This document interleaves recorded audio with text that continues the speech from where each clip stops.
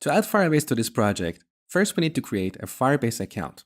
So simply head over to firebase.google.com. On the top, click Sign In. Okay, once you log in, click Get Started for free. And here you can create your first project. So we're going to call this project Pepper. Okay, our project is ready. Now here on the welcome screen, we have an item for adding Firebase to a web application. Simply click this. In this dialog, you can see some sample code that we need to add on our index.html. So there is a script reference to Firebase SDK. So here, firebase.js, and this gives us a library to work with Firebase. And below that, we have a configuration object. So we got API key, auth domain, which is basically a subdomain under firebaseapp.com. Below that, we have database URL. Then we have storage bucket, which we use for storing files like photos, videos, and so on. And finally, we have messaging sender ID, which is used for sending push notifications. Now, we are not going to include this script reference in our index.html. Instead, we're going to use npm to add Firebase and another library called AngularFire to our project. So back in the terminal, here in the project folder, I'm going to run npm install Firebase and AngularFire2 -- save. Okay, now in VS Code, you can see in package.json, we have an entry for AngularFire2 version 2.0 in beta 6, and we also have Firebase at version 3.6. So in order to get the best experience while watching this course, I would recommend to install these specific versions.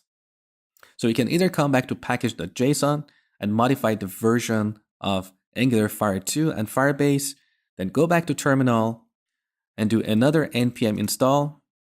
Or while installing AngularFire2 and Firebase, you can specify version numbers. So you can type Firebase at 3.6.0 and AngularFire2 at version 2.0 beta 6. So we have installed AngularFire and Firebase into our project. Now we need to import it into our app module. So let's go to app.module.ts. Here on the top, I'm going to import AngularFire module from AngularFire2. Now, in case you're wondering what this AngularFire2 is, it's basically a library that sits on top of Firebase, and it makes it easier to build Angular 2 apps that use Firebase as the backend. You will see that shortly. So here we import AngularFire module. Now we need to export a constant, and let's call this Firebase config. It's basically a JSON object. Now here we need to add the configuration that you saw earlier on Firebase console. So back here, I'm going to copy these properties and paste them here. And finally, in ng module, I'm going to call AngularFire module.initializeApp and pass our configuration object, Firebase config. That's all we have to do to add Firebase to a project. So we install Firebase and AngularFire2 and then import this module into our app module. Now to make sure that everything is working, I'm going to go to app.component.ts. On the top, I'm going to import AngularFire from AngularFire2. This is the main object that we work with in our applications. So we need to inject it into our constructor. So here, a constructor, add a parameter called AF of type AngularFire. And I'm simply going to log that in console. Save.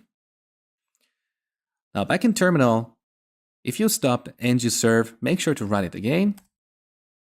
So this is going to build another bundle. All right, back in Chrome, I'm going to open up console.